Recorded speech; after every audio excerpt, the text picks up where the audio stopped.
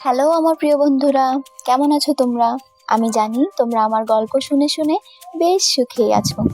তোমাদের ভালোবাসাতে আমিও ভালো আছি। বন্ধুরা, তোমরা প্লিজ আমার ভিডিওতে একটা লাইক দিয়ে দিও আর আমার চ্যানেলটি প্লিজ প্লিজ সাবস্ক্রাইব করে আমার সাথেই থেকো। তোমরা যারা আমাকে লাইভে দেখতে চাও এবং সরাসরি আমার সাথে যোগাযোগ করতে চাও তারা ডেসক্রিপশন চেক করো, সেখানে আমার সাথে যোগাযোগের সব তথ্য দেওয়া আছে। সকাল 11টা। অফিসে তখন সবাই যে যার কাজ নিয়ে ব্যস্ত। অফিসের বস তুনির চ্যাটার্জি ওনার পিএ মালবিকাকে তলব করলেন। মালবিকা তাড়াতাড়ি চলে গেলেন বসের কেবিনে। আমাকে ডেকেছেন স্যার? ও হ্যাঁ মলি, গতকাল তোমাকে একটা দরকারি ফাইল দিয়েছিলাম যে, ওটা আমার এখনই দরকার। ওকে স্যার, আমি আনছি। মলি মানে মালবিকা মজুমদার ফাইলটা এনে স্যারকে দিল। বলল, স্যার এটা তো? তুনির ফাইলটা খুলে দেখলো, বলল হ্যাঁ হ্যাঁ এটাই। মালবিকা বলল, আমি তাহলে আসি স্যার? না, তুমি বসো, আমার কিছু কথা আছে। বলুন স্যার। তুমি কাল খুব ভোরে আমার সাথে যাবে? কোথায় স্যার? আমি আগামীকাল নতুন প্রজেক্টের ব্যাপারে রায়পুর যাব, তুমিও যাবে আমার সাথে। ইতস্তত করে মালবিকা বলল, স্যার আমি বাইরে কখনো অফিসের কাজে যাইনি এবং রাতও কাটাইনি। বুঝতে তো পারছেন, সাধারণ পরিবারের মেয়ে, বাবা মা এগুলো পছন্দ করেন না, তাই ক্ষমা প্রার্থনা করছি স্যার। তুমি কি বলছো মিস মলি? তোমার কোনো ধারণা আছে? তোমার কি চাকরিটা দরকার নেই? না না স্যার, দরকার না থাকবে কেন? চাকরিটা না থাকলে অসুস্থ বাবার ওষুধ, ভাইয়ের পড়াশোনার খরচ, বাড়ি ভাড়া কি করে চলবো? একদম মারা যাবো স্যার। তাহলে এই বস্তা পচা সেন্টিমেন্ট ছেড়ে যা বলছি সেটাই করো। কাল সকাল 7টায় হাওড়া স্টেশন গেটে চলে আসবে, আমি গাড়ি নিয়ে অপেক্ষা করব। অবনত মস্তকে মাথা নাড়িয়ে মালবিকা চলে গেল। মালবিকা চলে যাবার পরে তুনির চ্যাটার্জি একটা হাসি দিয়ে ভাবতে লাগলেন, অফিসের তুমিই এখনো বাদ আছো মালবিকা, আর তুমি ধরা দিতে না চাইলে কি হবে, ধরা তো আমি আদায় করে নেব। বাড়ি ফিরে এসে নিজের মনের সাথে নিজে যুদ্ধ করলো খানিকটা। মালবিকা জানে তার বস তাকে কোন নজরে দেখে, তার বসকে তাকে একান্ত ভালোবাসতে চায়, তাও মালবিকা বুঝতে পারে। কিন্তু সে যে তার ভালোবাসা তার স্বামীর জন্য তুলে রাখতে চেয়েছিল। তবে এই সমাজ তাকে ভালো থাকতে দেবে না। বাড়িতে পুরো ভরণ পোষণ তার করতে হয়, আর এইসব খরচ চালানোর একমাত্র উপায় এই চাকরিটা। তাই যে করেই হোক চাকরিটা তাকে বাঁচাতে হবে, হোক তা বসকে ভালোবাসা দিয়ে, তবুও চাকরিটা যে তার খুব বেশি দরকার। মা বলল, মলি আজ এত চুপচাপ কেন রে? শরীর খারাপ নাকি? না মা, তোমার সাথে একটু কথা আছে। কাল আমাকে অফিসের কাজে কয়েকদিনের জন্য বাইরে যেতে হবে, না গেলে চাকরিটা থাকবে না, তাই আমি কাল ভোরে বেরিয়ে যাব। বাবাকে তুমি সামলে নিও। সে কি মলি সমর্থ মেয়ে, বাইরে রাত কাটাবি, লোকে এ নিয়ে নানা কথা বলবে। মা, লোকে আমাদের সংসারটা চালাবে না, আমার সমস্যা আমাকেই মেটাতে হবে, তাই এ নিয়ে আর কথা বাড়িও না, আমাকে প্যাকিং সারতে হবে। পরদিন কথা মতো নির্দিষ্ট জায়গায় মালবিকা উপস্থিত হলো। যথারীতি বসও গাড়ি নিয়ে দাঁড়িয়েছিল। আজ মলি একটা নীল রঙের সালোয়ার কামিজ আর সাথে গোলাপি রঙের ওড়না, চোখে সানগ্লাস, হালকা পিঙ্ক কালারের লিপস্টিক, অদ্ভুত সুন্দর লাগছিল তাকে। বস তুনির চ্যাটার্জি মলিকে দেখে বেশ মোহাচ্ছন্ন হয়ে পড়ল। তারপর একটু দাদস্য করে গাড়ির লক খুলে দিল। মালবিকা পিছনের সিটে বসতে উদ্যত হলো। তুনির চ্যাটার্জি বলল, কোনো দরকার নেই, আমার পাশের সিটে বসো আর সিট বেল্টটা বেঁধে নাও। অগত্যা তাই করলো মালবিকা। গাড়ি চলতে শুরু করলো। সুন্দর বিদেশি পারফিউমের গন্ধ গাড়ির মধ্যে। একটা সুন্দর গান বাজতে শুরু করলো। ভীষণ ভালো লাগলো মালবিকার। দারিদ্রতার জীবনে এমন মনোরম জার্নি আর কখনো করেনি।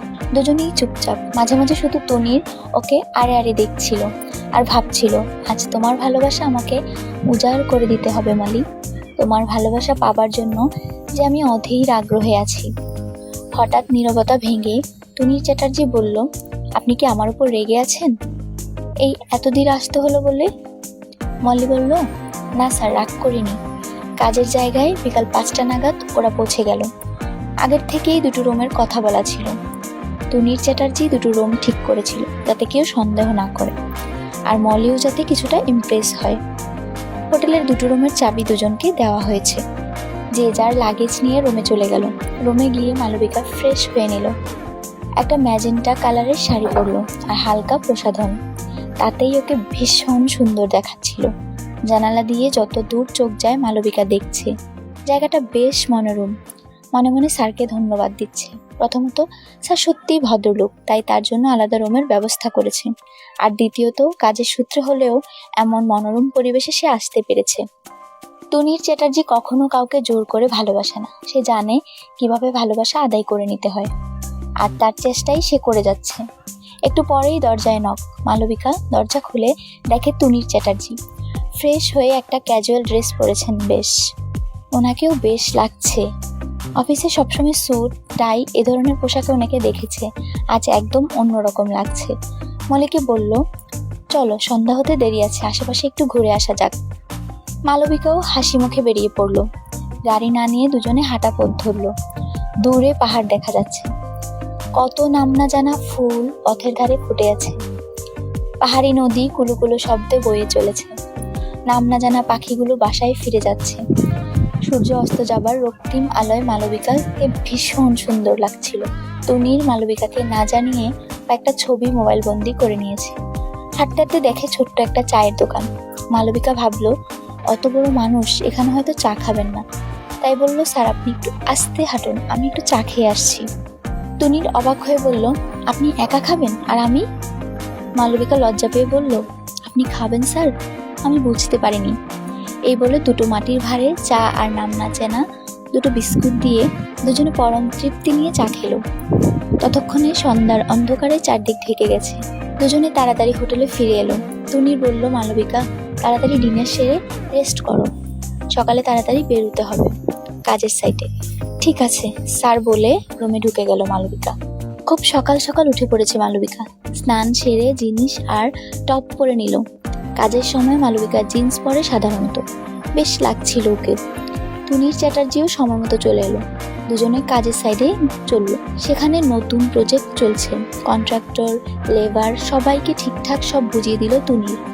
মাঝে মাঝেই কিছু লেখালেখি ও ছবি তোলার কাজ মালবিকা করছিল। মাঝে একবার ওরা সামান্য টিফিন আর চা খেয়েছিল। কাজের চাপে কখন যে দুপুর গড়িয়ে গেছে কারোরই খেয়াল নেই। হঠাৎ আকাশে ভীষণ মেঘ করে উঠেছে। ভীষণ বৃষ্টি শুরু হলো। তাদের হোটেলে ফিরতে হবে, কিন্তু কাছে কোনো ছাতা নেই। এদিকে কোনো গাড়িও পাওয়া যাচ্ছে না। তারা বৃষ্টির মধ্যে ভিজে ভিজে ফিরবে বলেই ঠিক করলো। দুজনে ভিজে ভিজে ফিরছিল আর একে অপরকে ভালোবাসার দৃষ্টিতে দেখছিল। তনির চ্যাটার্জির প্রতি মলি কেমন যেন একটা টান অনুভব করলো। মলির তাকানো দেখে তনির চ্যাটার্জির বুঝতে বাকি রইল না। নির্জন রাস্তা, দুজনে ভিজছে। এমন সময় দুজন এগুলো দুজনের দিকে। রাস্তাতেই সূচনা হলো তাদের ভালোবাসার। এরপর তারা ফিরে এলো হোটেলে। তবে আজ দুজন দুজনের রুমে নয়, দুজন ভালোবেসে থেকে গেল একই রুমে, আর একে অপরকে ভালোবাসায় বিভোর করে তুলল। বন্ধুরা, পরের পর্বে তোমাদেরকে আরো সুন্দর গল্প শোনাবো। তাই সেই গল্প শুনতে আজকের এই ভিডিওতে লাইক দিয়ে আমার চ্যানেলটি সাবস্ক্রাইব করে আমার সাথেই থেকো। বন্ধুরা, তোমরা যদি আমার ভিডিওতে লাইক দিয়ে চ্যানেলটি সাবস্ক্রাইব না করো তাহলে কিন্তু আমি খুব কষ্ট পাবো। তাই প্লিজ আমার চ্যানেলটি সাবস্ক্রাইব করে দিও আর আমার সাথেই থেকো। ডেসক্রিপশনে আমার আরো ভিডিওর লিংক দেওয়া আছে, সেগুলো দেখে এসো। এছাড়া তোমরা যারা আমার সাথে সরাসরি কথা বলতে চাও তারা আমার হোয়াটসঅ্যাপ গ্রুপে জয়েন হয়ে যেও। এছাড়া যারা আমাকে লাইভে দেখতে চাও তারা আমার ফেসবুক পেজে লাইক দিয়ে আমার সাথেই থেকো। সবাই অনেক অনেক ভালো থেকো আর নিয়মিত আমার গল্প শুনতে থেকো। বাই।